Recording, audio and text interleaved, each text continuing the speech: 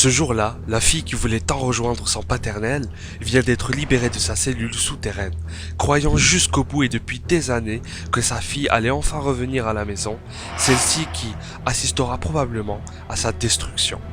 L'emprisonnement et la libération d'Annie Leonhardt par une seule personne, Eren Yeager.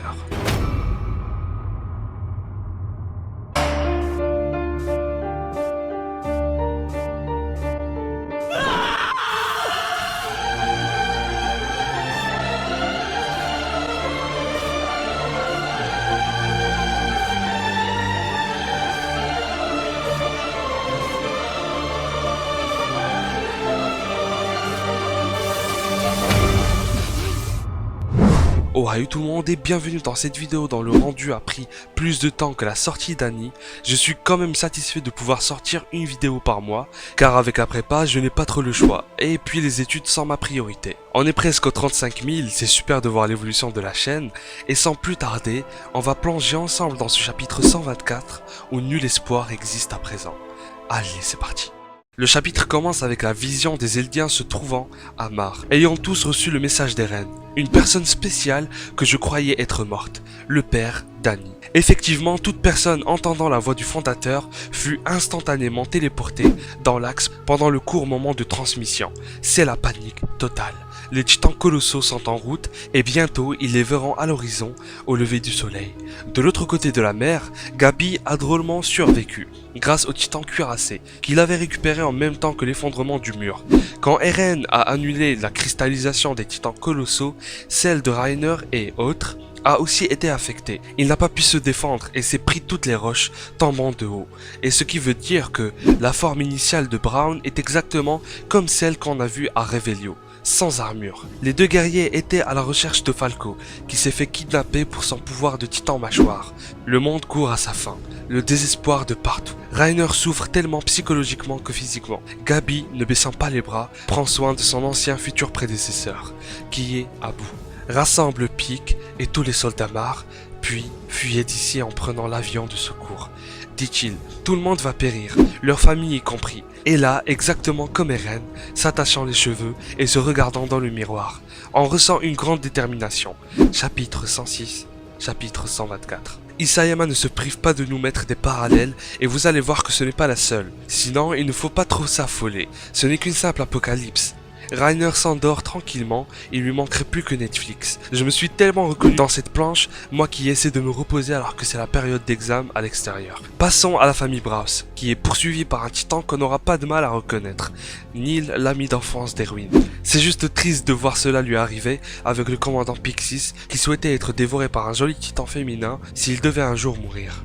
Kaya, qui autrefois regardait sa mère se faire manger doucement par un titan, est sur le point de revivre la même expérience, tout en pensant à Sasha, et étant sur le point de se faire dévorer par Neil, fut sauvé par Gabi. Encore un parallèle avec le deuxième épisode de la saison 2 où Sasha transperce le titan avec sa flèche, cette fois-ci, Gabi, portant son arme, l'enfonçant dans sa bouche tout en tirant, en criant « Relève-toi ». Kaya voyait Sasha devant elle. Cette scène était la même qu'autrefois, comme si elle revivait ce fameux moment où elle ressentait un vide quand une lueur d'espoir est venue pour la sortir de ce trou. Mais elle ne comprenait pas le geste que vient de faire Gabi, vu qu'elle voulait la planter avec un couteau au restaurant. Le vrai démon est Gabi, celle qui a tué un nombre incalculable de personnes pour en satisfaire d'autres. Et Niccolo qui en finit clairement et enfin avec ce débat. Chaque personne est abritée par un démon, c'est-à-dire que tout humain possède un côté noir, un côté démoniaque, quand la rage et la colère viennent pour déclencher et délivrer cette autre partie qui sommeille en nous. Certains ont compris, d'autres toujours pas, et le reste ne comprendra jamais. Coincés dans l'ignorance et dans leur propre vision des choses. Ces soldats allaient arrêter Gabi, mais celle-ci, venant de sauver Kaya, fut protégée à son tour par la famille, en la faisant passer pour une de leurs filles. Dans ce monde à présent, chacun essaie de survivre de son côté. Il n'y a pas d'autre solution. Mourir en se faisant manger par les titans, ou plutôt se battre pour lutter. Un homme qui autrefois a traîné ses compagnons vers leur propre mort, les a sauvés aujourd'hui. Et oui, Pour la première fois, Keïta-10 est devenu une personne spéciale. Toute sa vie, il était simple spectateur de ce qu'il se déroulait. Il voulait empêcher Eren de réussir. Il lui a cassé son équipement exprès, mais est quand même parvenu à aller de l'avant. On n'est pas né spécial. Pourtant, on ne le devient pas en le voulant. Mais le destin s'en charge tout simplement. Eren n'a pas voulu être un titan, chose qu'il détestait depuis toujours, faisant de lui l'être le plus important de cette œuvre désormais. Est-il nécessaire d'être spécial, avait dit Karl Jaeger. Keïta-10 avait tout de suite abandonné son poste de commandant, lui qui voulait être respecté, a pris la décision de simplement contempler ce qu'il se passe. Aujourd'hui, le destin a fait de lui quelqu'un qui certainement se fera respecter par tous ceux qui l'ont trahi en le tabassant. Ces derniers pleurent et sont rassurés par la présence de leur instructeur. Encore un parallèle avec la saison 1, où les jeunes recrues et gens étaient en face des titans pénétrant le QG. C'est très beau de voir tous ces détails. De plus, il avait complètement raison. L'enseignement et l'entraînement pour tuer les titans étaient précieux, même s'il n'y en avait plus. Ce n'est pas fini, personne ne peut prévoir le futur. De l'autre côté, l'escouade Levi qui détient Falco, le nouveau titan mâchoire, mais sans choquer de ce qu'il se passe, de ce qu'Eren a choisi de faire, sacrifier le monde pour les personnes qu'il aime tant. Jean Kirstein, Connie Springer, Mikasa Ackerman, Armin Arlelt et Sacha Browse. Sauf que tous les titans bêtes continuent d'attaquer l'île du paradis. Tous les soldats Mar ont été dévorés. Le district est en sang, mais le massacre continue. Pourquoi Eren, qui peut contrôler tous les titans, n'a pas pu arrêter ceux que Sig a transformés? Il décide donc d'aller les secourir, vu qu'ils n'obtiendront aucune réponse pour l'instant. Connie veut prendre Falco pour récupérer sa mère, c'est-à-dire que ce titan n'a pas été exécuté et est caché quelque part, peut-être au village de Rakago, au cas où il ne fut pas transporté. Naquit alors un conflit entre Connie et Armin, ce dernier qui fut ramené à la ville autrefois en dévorant Bertolt. Connie veut à tout prix récupérer sa maman. Durant ces 4 ans, sa mère qui était la seule à ne pas pouvoir bouger, il lui rendait souvent visite. Il prit Falco et s'enfuit loin pour aller délivrer cette prisonnière d'un cauchemar éternel. Il n'y a plus de mur, pas d'abri au centre de Shiganshina, là où traînent les soldats volontaires. Yelena et Oyankopon se retrouvent encerclés par les titans. Personne ne comprend ce qu'il se passe, surtout celle, prenant Sig pour un dieu, était sur le point de disparaître quand Mikasa tranche la nuque du titan. Elle a tellement perdu espoir qu'elle est devenue immobile. Cette scène, exactement comme dans le QG de la saison 1, tout le monde se ravitaille. Les Thunder Spears ou lances foudroyantes, les lames, le gaz, tout est prêt pour abattre les titans restants. Alors que l'exécution de tous les anciens hauts gradés débutait, Armin fait face à Pixis. Il fut choqué et triste, ce commandant qui les avait autrefois aidés et qui avait dit une chose très intéressante. Si un puissant ennemi autre que l'homme apparaissait, les humains s'uniraient et cesseraient de se confronter. Nous avons devant nous Eren qui représente cet ennemi. Mais va-t-il réussir ce qu'il veut? Va-t-il détruire ce monde ou tout simplement se faire passer pour le méchant afin que les deux camps Mar et Eldien s'unissent pour l'abattre et créer alors un nouveau monde totalement paisible? Mon urine! Armin qui remercie son capitaine de les avoir guidés jusqu'ici, mettant fin à ses souffrances, repose en paix. Plus de titans à présent. Frog, qui malheureusement n'est pas mort et tient toujours à la vie, ne semble pas être surpris par le désastre de son maître et voulait à tout prix vivre ce moment de gloire pour Eldia. Les soldats volontaires ainsi que Yelena sont donc en état d'arrestation. Les Pro-Jäger étaient au courant de tout. Décide alors d'arrêter les derniers alliés de Sig Jäger. Accrochez-vous bien car la fin du chapitre est complètement folle.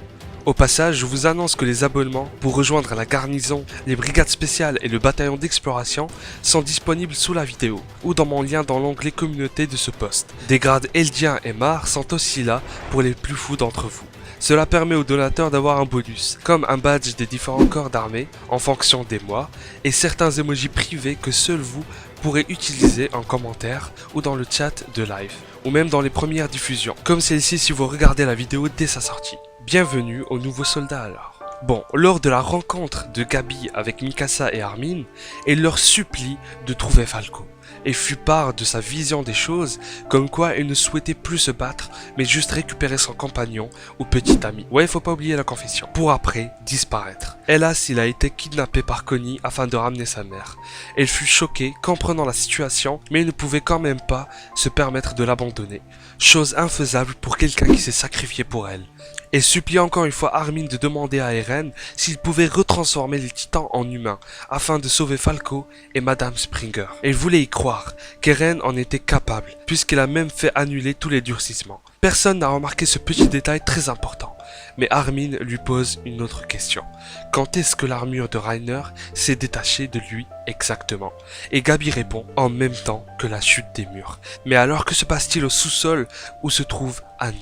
Le cocon s'est brisé et on a sous nos yeux Annie en train de suffoquer.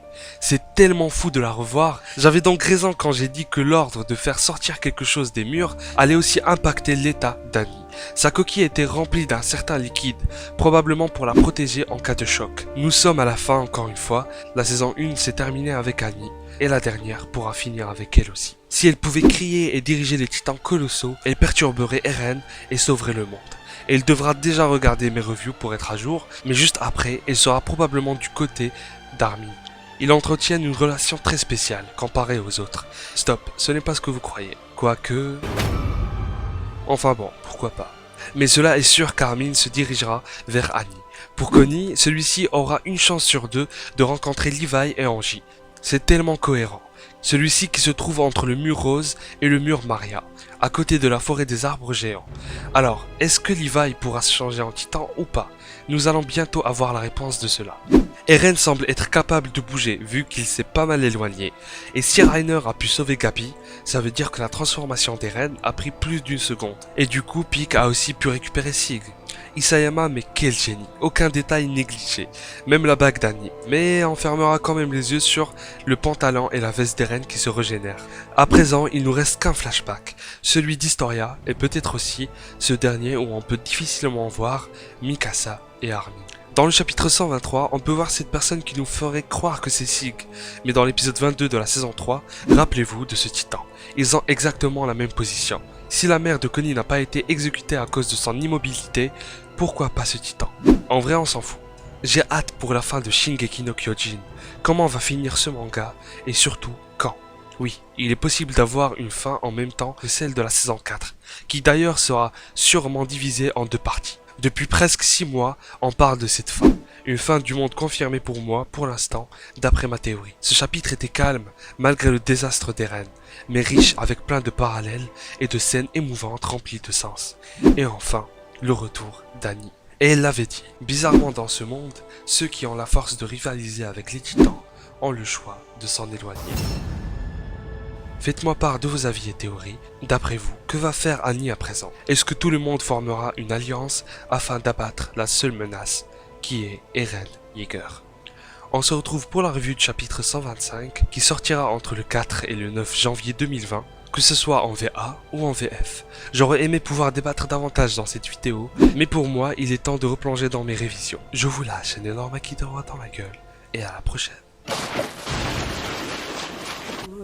It leaves. Let's do that, keep it, I